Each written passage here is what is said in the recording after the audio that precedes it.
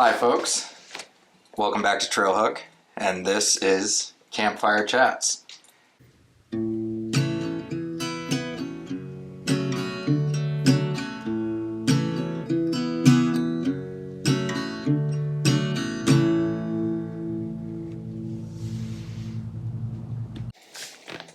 This is not what I intended for the first Campfire Chat. The idea is to have a campfire and a chat around it. And I guess technically we have a fire of the digital kind. Yeah. So I'm here with my lovely wife, Shauna. And today, what I wanted to talk about was the importance of getting outside with your kids. What that looks like. And we got a good taste of it on our last trip. I'll put the link to that video below, our catch and cook at Seminole. It was supposed to be a camp catch and cook. But, short recap, it didn't quite go as planned. Hence the change of scenery. Hence why we're shooting a campfire chat from the coziness of our home with a computer screen campfire. So yeah, I guess we'll just kind of kick it off. And I think our quote-unquote failed trip works with the idea of kind of the realities of going on trips out of doors and what happens, what can happen, having little ones while you're doing it.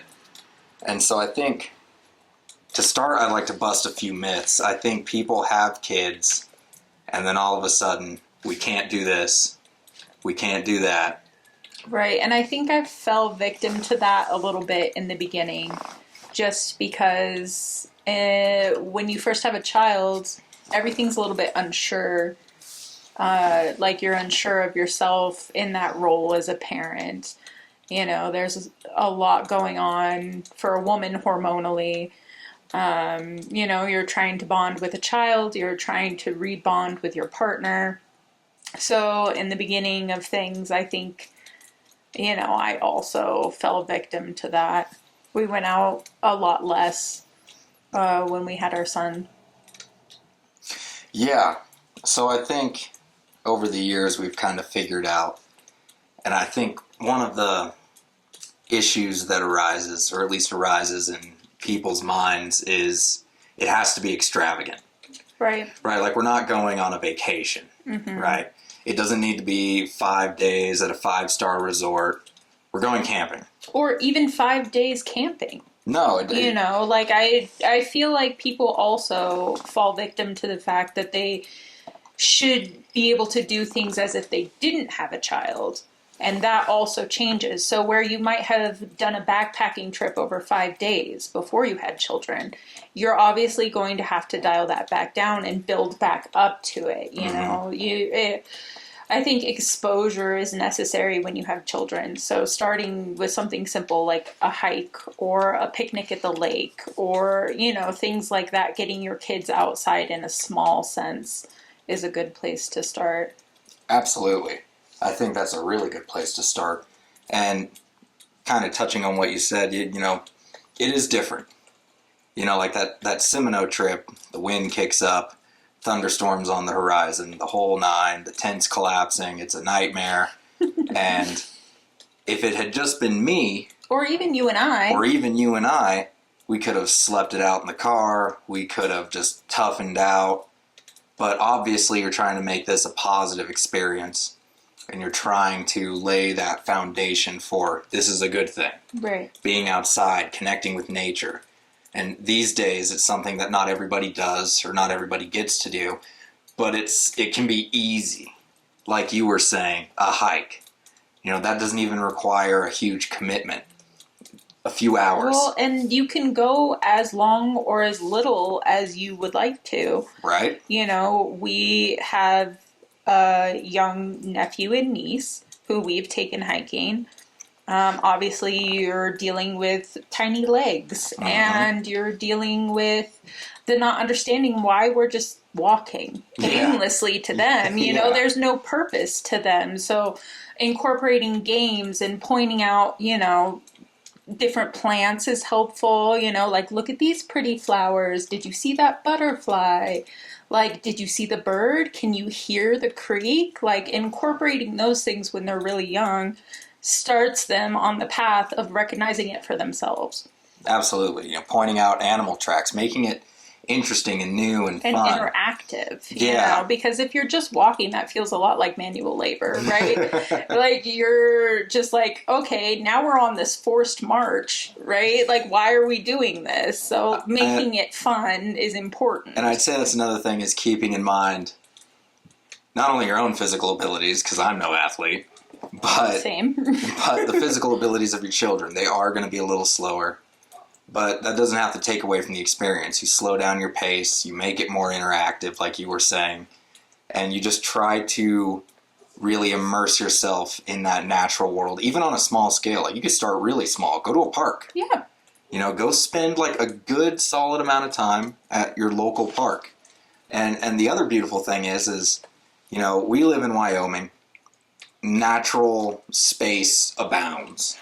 And not every state is like that, but every state has national parks, state parks, county lands. Even a city park. But just in terms of our own public land in this country, Forest Service, BLM, that's Bureau of Land Management, National Park Service, state parks, there's so much. And often there's hidden little gems closer to home than you might think.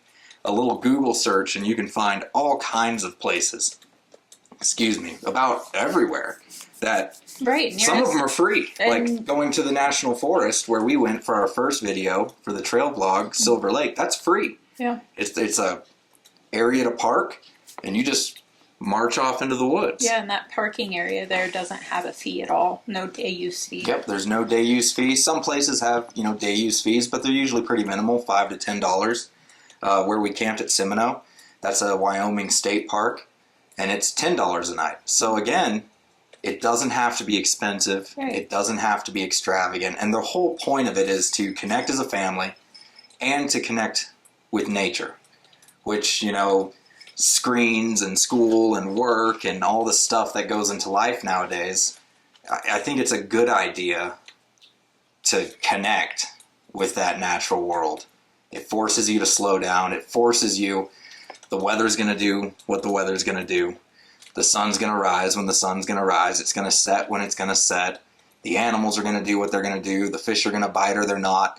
All of these things, and I think they teach that slowing down to a different rhythm and patience. Well, and because of the fast-paced world that we do live in, it teaches our kids balance, I think, which is really important when you're constantly using technology for something, right? Like, technology is in everything, even if you're not really thinking about it, because it's just become part of a daily routine. It's in our campfire. Right. We rely on it so heavily, and I think when you take that element out, it can really show children specifically, but I think everyone, what they're capable of. And how to work through hard things, You do even a slight incline or a slight elevation. You do 500 feet of elevation change with a backpack, or even just a little like school style JanSport, whatever you got to be able to pack a little lunch or some water in. It's an accomplishment. It really is. Yeah. Every step is an accomplishment. And especially when you're bringing kids out, it's just, each trip is learning, each trip is bonding, each trip is growth. Yes. And it's laying down a legacy, right? It's not just a vacation. It's like real time, Play some cutthroat Uno with your family around the campfire. Yeah. Or get all your Uno cards blown away in the wind like our kids did. That too. Trying to play Uno in the tent. Yeah, so I think we touched a little bit on some of the difficulties of it, some of the benefits of it. But I think maybe dive a little deeper into, like, what are your thoughts on the benefits of bringing your family? Our kids are older. So in fairness, it's a lot easier for us at this point. Our son's 12, he'll be 13 soon. So, that's 8-year-old, 10-year-old. it's easier for us. Yeah. At this point, they can walk a good distance. We try walking around town, kind of training them up. Well, we do have to do that. Usually around the spring, as soon as the snows have died down around here, we try and get our kids out walking. We have a walking trail in town that we can do, which is really nice. But I find that super important for our summer season because we do tend to do hikes. We do tend to go fishing. Just getting those muscles moving again, reminding the kids that they are capable of walking long distances, just building that confidence in themselves, I think is something that I really notice a difference when we do and when we don't do. So I think that's one of the things that I really notice with our children specifically. And I think right around that age, that's important because my kids don't want to go outside. They weren't like us, when we were growing up, always riding a bike. Get locked out of the house. All the cliches, drink out of a hose. Yeah, we did all that, but they don't really do that. It's a different world for sure. That's not really the culture anymore. So making sure that they get out on a micro scale before we just launch them into the great blue yonder. Right. So now we were talking about our niece and nephew who, our nephew's 2 now, and our niece is 4. Good Lord, time passes. And they're not as active as we are, but we like to include them in trips. And again, they're smaller and not as active. So again, just accommodating. I mean, it's kind of like know your audience, right? To some degree. Well, if you know you're not going to go for, and you don't have to go for a 20-mile trek through the backcountry. I have video of you and our niece doing a snowball fight, and we only hiked 20 minutes. Yeah. We literally went a couple hundred yards into the snow and just started playing. And again, that's another beautiful way. To scale it down so it's not so serious. It doesn't have to be so serious. The point I really want to drive home for anyone watching is it doesn't have to be crazy. You don't need crazy gear. We literally hiked in just a little tiny bit, and it was probably 10 minutes of walking, and that wasn't very far because remember we have little legs involved. And snow. And snow that we're all trudging through. But the kids had a really good time during that trip. And I think that's the most important part because, again, that's the micro exposure. And if you want to work up to those crazy, or even if you don't, treks, just getting out there and being more in touch with your senses and trying to create a child who is observant of their surroundings. That's a really good way to do it. Which I think translates also to everyday world. Like living in a city. Right. Being aware, knowing what's going on around you. Nature has a wonderful way of making you feel maybe not small is the right word, but you're aware of the fact that there is such a bigger ecosystem around you. You're dealing with animals, you're dealing with weather, and you realize very quickly that the human animal is ill-adapted without our clothing and our tools to just live in that environment. At least, as we are now as modern people. And I feel like when you go out into the woods, even, it doesn't have to be deep, dark wilderness, but just going out to a place where the cell service is spotty and you're a little bit off the beaten track, it just has a way of making you very aware. And I think that's true for an adult, but on a child's scale, they don't think about that, right? Oh, no, they're just having fun. They don't think that we can't call for help, that we can't, you know what I mean? They're not thinking of that. But just encouraging them to feel safe, but still observe, right? Because they're with an adult, so obviously they're going to feel safer than, say, an adult out alone in the woods who knows. Meanwhile, I'm is there a bear? Right. You're thinking of all those things, but what I encourage our children to do, and our niece and nephew, is to just observe nature, right? Because if you find the beauty in nature, you can find it anywhere, right? Nature is everywhere. Oh, yeah. So... you get up in the morning for work, you see the sunrise. Right.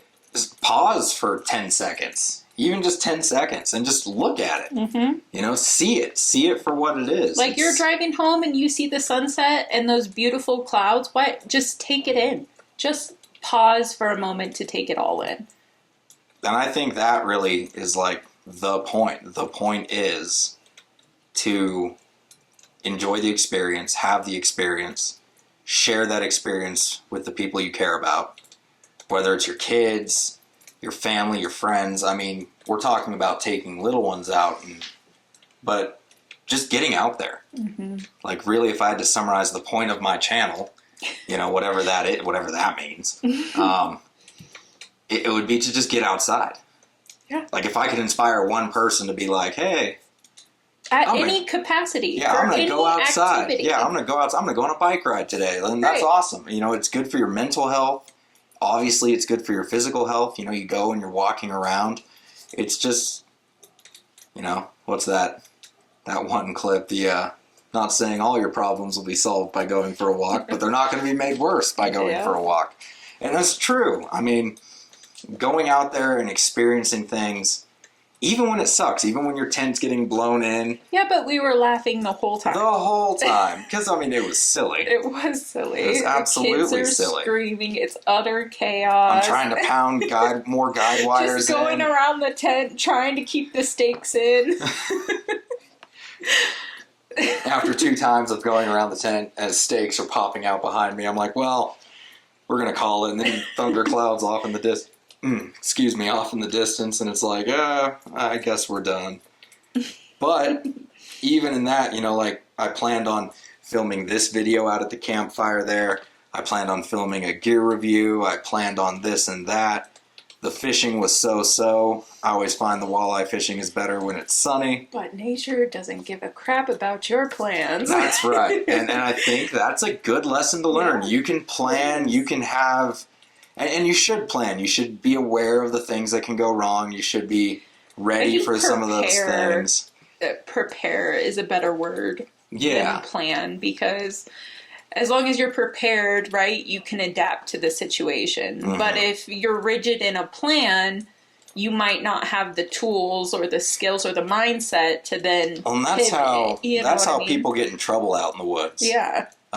Whether it's a group trip or a solo trip, you know, whether it's family, friends, whatever it is when you have this idea that it's going to be like X, and then you get there and conditions are different, the situation's different, you're feeling different, whatever it happens to be. You know, it could be something as simple as, I think I'm coming down with a cold, and that's going to affect like your decision making and things of that nature. And it can then become a dire situation because you were just stuck. I'm going to do this. Even not on such a grandiose level. If something like that then causes you not to enjoy the experience because you're not able to adapt, you're less likely then to repeat the experience. Yeah. Right? So if you go into something thinking it's going to be X, Y, and Z, I've got every minute of every day planned, we're going on a hike at 7 a.m., we're going to get back at 3 p.m. Sounds like a tourist's trip to Yellowstone. Right. But what I'm saying is if you have everything done that way, and then things go wrong and you're not able to adapt in whatever way, and then you mark that in your head as a negative experience, which we could have easily done with our last camping trip. That's why I put failure in quotes. But I think the lesson that we learned was valuable both in nature and outside of nature, right? You know, it doesn't always go your way. It doesn't go your way, That's right. That's okay, and that doesn't mean that it was a loss, right? Like, we caught a walleye. Yeah. And we cooked it and we ate it. So yeah, I guess it's really about, as you circling back that whole point you just made, just the micro exposures, both for your children and for yourself if you're new to this or you don't have that experience level. Small trips. Right. It doesn't have to be crazy expensive. It doesn't have to be crazy extravagant. You don't need the best stuff. You know, a Walmart tent, while it doesn't hold in 60-mile-an-hour winds, but I don't expect many tents to, it's fine. You know, our camp stove is an old Coleman Like your grandpa had green camp stove. But there's something romantic about that, I think. Yeah. Like, I mean, just harkening back to older times, yeah, you know? a hand-me-down backpack will still hold stuff. Yeah. Like, you don't have to have the top-of-the-line gear to go outside. You know, and don't get me wrong, I have some things that are expensive, and then we have some things that we picked up at the local Walmart. Consistently tend to upgrade gear. Yeah. You know, we didn't start with that stuff. You're really paying for features. When you start spending a bunch of money on gear, whether it's gear for the kids, gear for you, gear for camp, you're paying for little comforts. Right. And personally, I think there's something to be learned going a little cheaper when you get started and not necessarily having all those little creature comforts. It helps you appreciate them. You know, like sleeping on the ground. That's something that takes getting used to. And now we have cots. We just bought them. We haven't used them. Didn't get to use them. So we don't know if that's good. This was going to be my inaugural trip for our queen-size cot for us and the cots for the kids. Up until now, it's been on the ground. Yeah. You know, sleeping pads and things like that, or blankets laid down for a little insulation. But so the idea is, you know, you don't need the best. Well, and to double down on that, the reason why we invest the money that we do in the gear that we have is because we have learned that we enjoy these activities, right? Mm-hmm. You don't want to invest in something that you don't enjoy or that is going to be seen as a burden. So if you buy, say, a $200 pair of hiking boots and you only hike in those boots once, you know what I mean? You're not really getting your use out of them. Take your tennis shoes, go hiking a couple times. Well, and that's you know, something because too. Remember, we're doing small trips first. That's right. And circling back to the kids, right, is you can go online and you could find Keen, Merrill, Solomon kids hiking shoes. Right. And I'm going to tell you flat out, you do not need them. I've seen my kids do 6 miles in flip-flops. Mm-hmm. And no blisters, no problems. You know, they're not carrying the weight like we adults are. Like, if I walked around in flip-flops, blisters, for sure, for 6 miles. It's just, you don't have that problem. I have that problem. But, you know, like, at my point in life and how much I enjoy doing all these things, like, footwear is something that, yeah, I'll spend $200 on the hiking boots. Right. But we're also always looking for a deal, always looking for a sale. Yeah, like the the $200 boots that we got for $80 because they were on clearance. Right. So, and that's another thing too. Or like, hey, I found, you know, this backpacking backpack at Goodwill. Yeah. You know, look it up. That's exactly what I was just about to say is you can go thrifting, mm-hmm. you can go garage sailing and yard sailing, mm-hmm. and you can keep an eye out on just your local store's deals, and you can usually find some really nice stuff. Especially at the turn of the season. Definitely check things out. Yeah, like once winter hits, that's a great time mm-hmm. to go out and buy summer camping stuff. Yep. You know, if you don't like being cold, wet, and miserable, totally get it. Yeah. But it's a great time. That season is a great time to go out and actually get gear. Mm-hmm. Because usually stores are trying to discount, especially clearance, kids get rid gear. of it. Kids grow so quickly. And that's another reason not to drop. You know, those brands I mentioned before, those hiking shoes, they'll run $100, right. $70.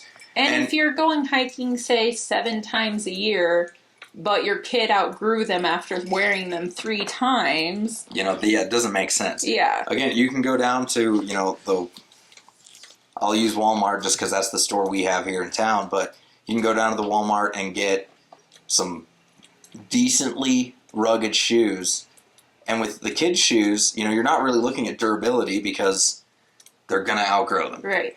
So if you only get 6 trips out of them, and that's kind of irrelevant because next year... Especially young kids. Absolutely. They're going to outgrow a shoe in anywhere from 4 to 8 months. So you're buying shoes at a rate that is kind of insane at that age. Mm-hmm. So...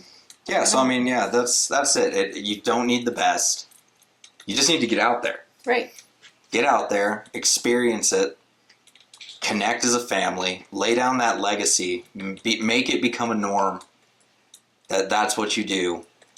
And honestly, I don't think you can beat it for just quality family time, especially these days. We're always so busy. Everyone's working, hustling. Both parents might be working. Like, it's just, there's always something. So if you can carve out that little bit of time, even just for that day hike on the weekend, and go do that, it's just an amount of connection that I just don't think you can replicate doing other activities. Not in the same way. You know, you can go out and play a game of baseball together or whatever it is that you guys like to do. But there's just something about going out into the natural world, going out to the woods, and just having that experience. I just don't think you can really compare it to many other things. I would agree with that. I think there's something to be said about the lack of technology. Mm-hmm.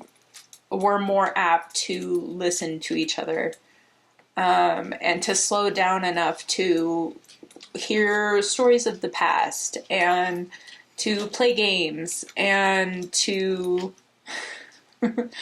to just really focus on each other, what the other person's doing. You know, there's no phone that we're looking at. There's no, hey mom, can I show you this video? There's none of that going on. So it's a lot easier to just slow things down, pay attention, and hear each other. And I think that's why it's an unparalleled connection. I don't think I could have said it better myself. So, I think we'll end this little campfire chat. There it is. Right? The kind of bashing on tech, and there's the fire on my Mac. Hey, adapt. Improvise, adapt, and overcome. So yeah, it's essentially, if I had to summarize, it's getting out there, not focusing on crazy trips or crazy gear, especially if you're just getting started, and just having fun, connecting as a family, connecting with nature, and just keeping that in your, mind, heart, and soul. But that's why you're out there. It's not for the Instagram views. it's to connect. And I have found it to be a very enriching way of living life. And I now have a job where when I don't have to work any OT, I essentially have 50% of the year off. So we're able to really double down on this, and that's a blessing, and I'm very thankful for it. Yeah.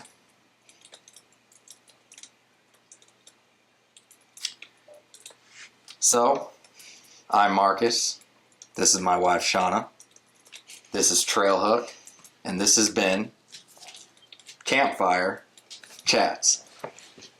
If you like nature, getting outside, fishing, camping, hiking, please like, comment, subscribe. It helps out. And I figure at the best, if the channel becomes something, that's awesome. And at the quote-unquote worst, we have some awesome home videos that our kids can look back on. So, thanks for watching, and we'll see you on the next one.